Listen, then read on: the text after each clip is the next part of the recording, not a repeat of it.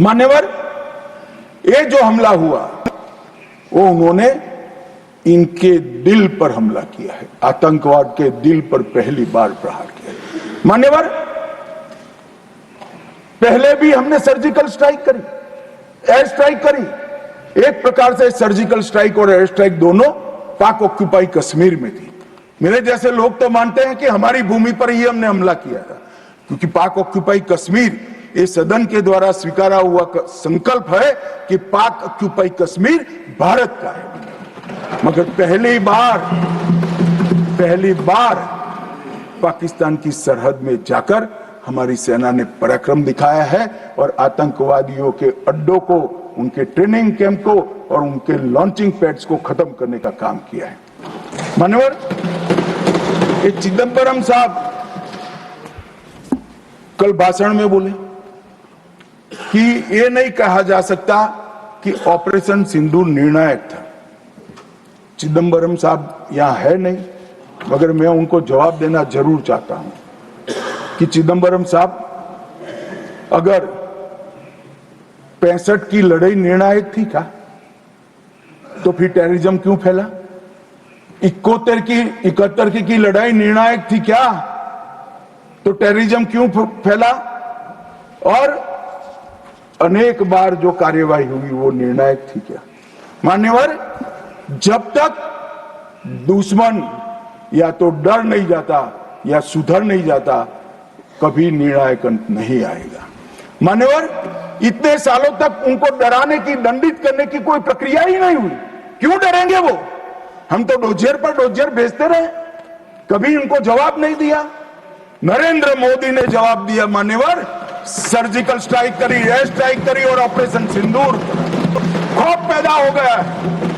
मुझे मालूम नहीं, मेरे पास सूचना नहीं, रात को भी जब जाते होंगे, स्वप्न में हमारी मिसाइल से दिखाई पड़ती होगी। ये डर से ही शांति होती है, ये सुधरने वाले लोग नहीं है मान्यवर। मगर चिदंबरम साहब कहते हैं कि आतंकी पाकिस्तान से आए थे, इसका सबूत क्या है?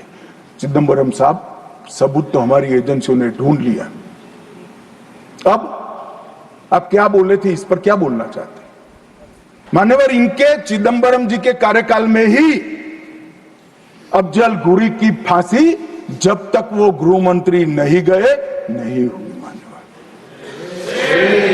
बंबई का हमला, बंबई के हमले के बाद आज ये दिग्विजय सिंह चले गए हैं, उन्होंने कहा है तो आरएसएस ने कराया था। मान्यवर, ये क्या बोल रहे हैं? किसके लिए बोल रहे हैं? किसको बचा रहे हैं? क्या कहना चाहते हैं? और हिंदू टेरर का सगुफा किसने छोड़ा? मैं आज दुनिया के सामने, देश की जनता के सामने गर्व से कहता हूं कि हिंदू कभी टेररिस्ट नहीं हो सकता। हम कभी टेररिस्ट नहीं हो सकते। क्या कहना चाहते हैं? फर्जी टाइप के केस बनाए, एक भी केस अदालत में नहीं टिका। देशभक्त संगठनों पर आरोप लगाए आपने, सिर्फ आपकी छिछोरी राजनीति के लिए, क्षुल्लक फायदे के लिए। और फिर क्या कर लिया? फिर भी हार गए। हारे तो ना। और अब हर रोज कह रहे हैं कि आप हमेशा है नहीं, आप हमेशा नहीं रहेंगे, आप हमेशा का तो मुझे मालूम नहीं साहब। मैं 61 का हुआ हूं, 14 से 30 साल तक भारतीय जनता पार्टी की ही सरकार रहने वाली है। मैं चिदंबरम साहब को कहना चाहता हूं, आप तक डाल दो, भारतीय जनता पार्टी की सरकार में थी, 30 साल तक भारतीय जनता पार्टी की सरकार रहेगी। मान्यवर, मैं 2015 में बोला था हमारी उड़ीसा कार्यकारिणी में, भुवनेश्वर कार्यकारिणी में। अब ये 5 साल गिन लो तो 15 तो हो ही गए और 15 भी हो जाएंगे। मान्यवर, भारतीय सेना के लिए कभी भी इन्होंने तैयारियां नहीं की। चीन के कई जवानों ने चीन की लड़ाई के बाद लिखा, हमारे पास बंदूक छोड़िए, कारतूस छोड़िए, नमक, चीनी और माचिस भी उपलब्ध नहीं थी। घनघोर ठंड में पहनने के लिए हमारे लिए ठंड के कपड़े भी नहीं थे। मान्यवर, आज वही सेना ब्रह्मोस से लैस है, आकाश उनके मिसाइलों को तोड़ देता है। मान्यवर, और पाकिस्तान की पूरी एयर डिफेंस सिस्टम हमारी सेना आधे घंटे में उसको मलबे में बदल कर रख देती है। मान्यवर, ये नरेंद्र मोदी के शासन में, मोदी जी के शासन में 11 साल में परिवर्तन, गोली नहीं बना पाते थे। मैं बाद में बताता हूं। लाखों करोड़ों का सामान हम बना रहे हैं, विदेश में भेज रहे हैं, एक्सपोर्ट कर रहे हैं।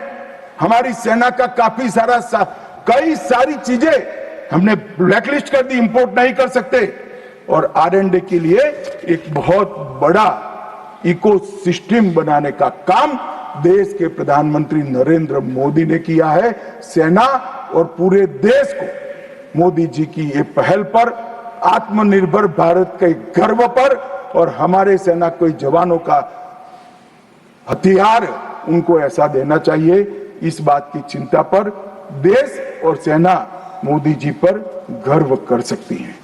मान्यवर, हमने जो नमक, चीनी और माचिस नहीं थी, ऐसी सेना से 11 साल में 22 मिनट में ही आतंकवादियों का काम तमाम कर देने वाली, तकनीक से सज्ज, वीर, सटीक इंफॉर्मेशन वाली और बताए हुए लक्ष्यों को पूरा करने वाली सेना का मान्यवर निर्माण किया है। मान्यवर,